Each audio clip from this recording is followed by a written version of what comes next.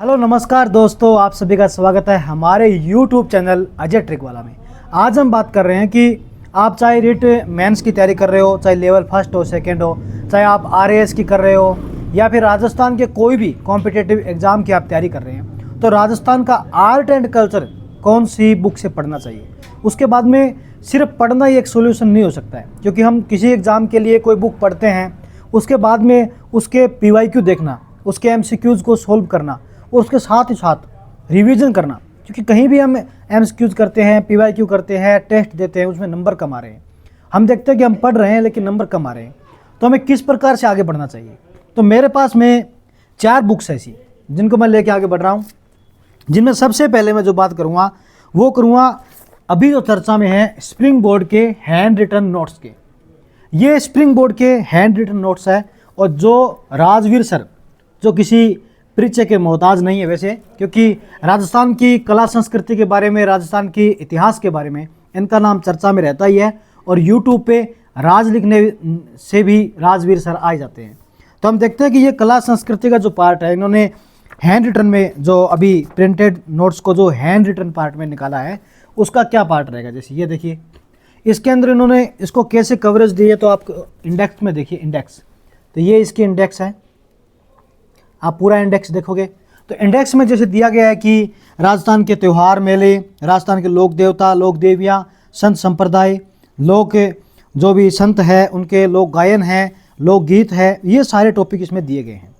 इसके बाद हम देखते हैं कि इस टॉपिक को इन्होंने कवर किया है, ऐसे देवताओं को और को सबको, लेकिन कहीं पे भी PYQ या फिर MCQ इसके अंदर नहीं है, क्योंकि स्प्रिंग बोर्ड की अलग से ये RAS के लिए टेस्ट सीरीज लेते हैं, लेकिन इस बुक में नहीं है, क्योंकि वन सॉल्यूशन फिर ये नहीं हो सकता है कि हम एक ही जगह सब कुछ पालें।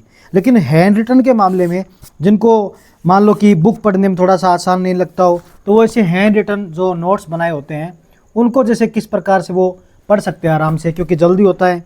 इसके लगभग कितने पेज हैं, 200 से 10 पेज इसके लगभग है। तो आप 210 पेज को नोट्स में जब पढ़ते हो ना, तो 2 से 3 दिन में, 4 दिन में लास्ट आप इसको कंप्लीट कर लोगे रीडिंग। उसके बाद में रिवीजन करना अलग बात है, यानी कि आप हैंड रिटन को और नोट्स के मामले में जल्दी कर पाते हो। इसके बाद में हम ये देखते हैं कि ये बुक क्या कवरेज ले पाती है क्या कोई भी एग्जाम के लिए जो राजस्थान के हैं। तो इसके साथ एक नाम और चलता है, उसका नाम है राजस्थान की कला संस्कृति नाथ पब्लिकेशन की। जो नाथ पब्लिकेशन है, इनका नाम बच्चे जो है अक्सर लेते हैं और प्रिंटेड नोट्स के अंदर, क्योंकि वो हैंड रिटन था और ये है प्रिंटेड, जिसमें क्या है कि प्रिंट फॉर्म में होता है, सब कुछ प्रिंटेड होता है ऐसे। तो इन्होंने इसमें क्या क्या कवर किया है, तो ये देखते हैं कि चीज़ें जो जितने भी कवर की गई है उनको इन्होंने ऐसे डायग्राम बना के भी दिखाया है। लेकिन एक चीज़ तो देखने की है कि जब हम आगे बढ़ते हैं ना पूरा, तो इसके अंदर भी हमें क्वेश्चन देखने को नहीं मिलते हैं। ठीक है, पूरी बुक में कहीं क्वेश्चन नहीं है, पर इन्होंने कवरेज अच्छी खासी की है, क्योंकि बुक जब लिखी गई है ना, तो एक पेज पे कितने वर्ड्स है, देखिए बहुत सारे शब्द है ना, बहुत सारे वर्ड्स है। लेकिन जो हैंड रिटन नोट्स है उसमें इतने थोड़ी है। अब देखते ये है कि इसमें जो टॉपिक ये मान के चले कि कितने हो सकते हैं, क्या कवरेज है क्या। तो आर्ट एंड कल्चर के मामले में आप मान लो कि स्प्रिंग बोर्ड नोट्स के साथ चलते हैं, आपने हैंड रिटन को चुन लिया है, लेकिन आपको ये तो ध्यान रखना ही पड़ेगा कि जो बुक कवरेज ले रहे हैं ना, ये वाली नाथ पब्लिकेशन की, ऐसी कवरेज ये नोट्स नहीं ले पाते हैं। तो हमें रेफरेंस के तौर पे एक बुक ऐसी रखनी चाहिए कि कोई टॉपिक हमें लगता हो कि हमें ज़्यादा पढ़ना चाहिए, या फिर टेस्ट देने के बाद लगे कि हमें कुछ और पढ़ना है क्योंकि हम टेस्ट में नहीं कर पा रहे हैं, तो फिर आप नाथ पब्लिकेशन को साथ में रख सकते हो। या फिर आप मान लीजिए कि हैंड रिटन की आपको आवश्यकता नहीं है, आप प्रिंटेड फॉर्म को अच्छे से पढ़ पाओगे और 10 दिन इसको लगा करके आप कर लोगे, तो फिर ये बुक है द बेस्ट है। भाई आपको लगे कि मेरे को हैंड रिटन की ज़रूरत नहीं है, प्रिंटेड है, मैं पढ़ लूँगा आराम से, तो ये बुक द बेस्ट है, इसमें कमी नहीं है। लेकिन इसके साथ में क्या नहीं है, क्वेश्चन इसमें भी नहीं है।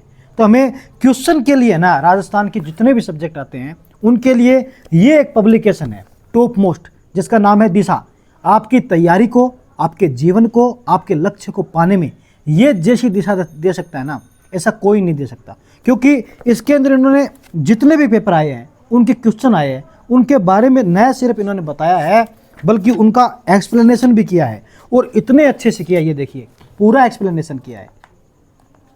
तो इसमें इन्होंने एक्सप्लेनेशन दिया है, तो आप क्या है कि जो क्वेश्चन आया है उसको ट्रैक करना है कि वो क्वेश्चन कहाँ से आया है, उसका एक्सप्लेनेशन दिया हो, तो फिर हम आराम से उस टॉपिक को पूरे देखेंगे आराम से। और टॉपिक को जब देखेंगे, क्वेश्चन में देखेंगे, तो हम हमारे नोट्स के अंदर जहाँ से हमने पढ़ा है उसमें क्या कमी है उसको जान पाएंगे। यानी कि आप एक बुक कोई भी आर्ट एंड कल्चर की ले लो, साथ में ये ले लो, यानी कि चाहे हैंड रिटन ले लो, चाहे आप प्रिंटेड ले लो, लेकिन साथ में ये ले लोगे तो आपका काम अच्छे से बन जाएगा। उसके बाद में आपकी रहती है MCQs को सॉल्व करना, टेस्ट सीरीज देना, वो अलग बात है। लेकिन ये 2 पार्ट आप करते हो तो आप द बेस्ट रहोगे। लेकिन राजस्थान के पार्ट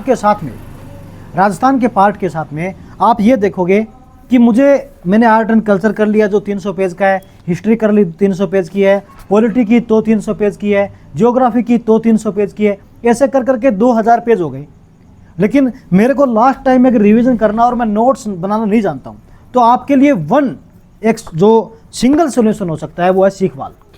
सीखवाल एक ऐसी पुस्तक है जो हर एक सब्जेक्ट की आती है, लेकिन राजस्थान के मामले में सीखवाल ने क्या किया है कि राजस्थान के प्रदेश को एक नज़र में दे दिया, उसके बाद में भूगोल को, अर्थव्यवस्था को, पॉलिटी को, आर्ट एंड कल्चर को, इतिहास को, सब पार्ट इन्होंने इतनी सी पुस्तक में पूरा कर दिया। वो भी देखिए किस टाइप में, ऐसे राजस्थान का मैप दे करके।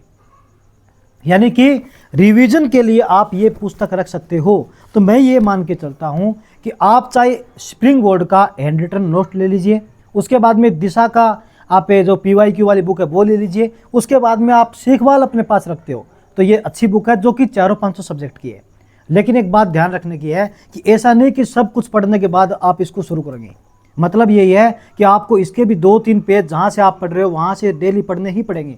और उसके बाद में क्या करना है, जैसे आपने चाहे तो आप स्प्रिंग बोर्ड ले लो, चाहे आप नाथ पब्लिकेशन ले लो, एक बुक कोई भी इसमें से ले लो। उसके बाद में एक दिशा का और एक सीखवाल तो एवरी सब्जेक्ट के लिए है ही। ये वाली पुस्तक आपने देखी होगी, बहुत चर्चित बुक है, ये आपको रखनी चाहिए, इसको बार बार देखना चाहिए। इस प्रकार मैंने कला संस्कृति का पार्ट किया है। और मेरा नेक्स्ट वीडियो जो आएगा ना वो हिस्ट्री पे आएगा, राजस्थान के इतिहास पे, कि राजस्थान इतिहास के लिए क्या सोर्सेज हो, इसको कैसे कवरेज किया जाए। अब एक बात जानने की ये है कि आजकल आपको टीचर्स बोलते हुए नज़र आते हैं वीडियो में भी कि राजस्थान के इतिहास को मत देखिए, इसका जो पार्ट है वो मॉडर्न वाला जो पार्ट है, जैसे किसान आंदोलन है, जनजाति है, इसके अलावा जो 1857 का मान लो थोड़ा जोड़ लीजिए, और इसके अलावा जो जनजातियों के हो गया, किसान का हो गया, प्रजामंडल ले लीजिए, एकीकरण ले लीजिए, ये वाला पार्ट हो गया। लेकिन जो रियासतें हैं उनको छोड़ने की बात करते हैं, जो राजा रजवाड़े उनको छोड़ने की बात करते हैं। तो एक बात सोचिए कि महाराणा कुंभा ने जब कोई गढ़ बनाया है और उस गढ़ को बनवाया है तो वो भी एक कला और संस्कृति का ही तो भाग है। तो उसको आप अगर इतिहास में अच्छे से पढ़ लेते हो तो कला संस्कृति में आप अलग से पढ़ने की आपको जरूरत नहीं रहती है। यानी कि इतिहास को अच्छे से पढ़िए, और इतिहास को अच्छे से पढ़ लोगे तो कला संस्कृति आपका बेसिक क्लियर हो जाएगा, और उसके बाद में कला संस्कृति आपके लिए आसान हो जाएगी। तो कला संस्कृति की बात मैं अलग से कर लूँगा कि आपको नहीं, वो इतिहास की राजस्थान की अलग से बात कर लेंगे कि कौन सा आपको मैटर रखना चाहिए। और इसी प्रकार मैं 3-3, 4-4 पुस्तक लेके आऊँगा कि आपको सिंगल सोर्स क्या रखना चाहिए, क्योंकि कोई भी एग्जाम की तैयारी में इतने सारे मल्टीपल सोर्स नहीं होने चाहिए। हाँ, सीखवाल एक छोटा सोर्स है और MCQ या PYQ देखना एक सोर्स है, उसके अलावा आपने जो पुस्तक ली है पढ़ने के लिए वो एक सोर्स है, वो तो आपको लेना पड़ता है।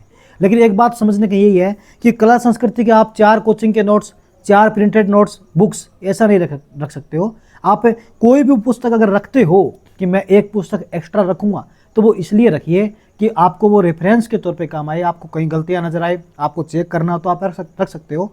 आप किताबें लाने के शौकीन हो, जो कि हमारे होते ही हैं, लेकिन इतनी किताबें मत ले आना कि एक पढ़ी फिर छोड़ी, दूसरी पढ़ी फिर छोड़ी। ऐसे आप चाहे 1000 पुस्तक पढ़ लेना, कोई मतलब नहीं है, चाहे 1000 घंटे की क्लास ले लेना, कोई मतलब नहीं है। आपने जितना पढ़ा है एक सिंगल सोर्स से पढ़िए, उसके बाद में कहीं से आपको रेफरेंस देखना अलग बात है। ठीक है, तो हम अगले वीडियो में आप अलग कोई बताना चाहेगी मेरे को और कोई ऐसा रिव्यू चाहिए किसी पुस्तक का तो आप बता सकते हो। धन्यवाद। जय हिंद, जय भारत।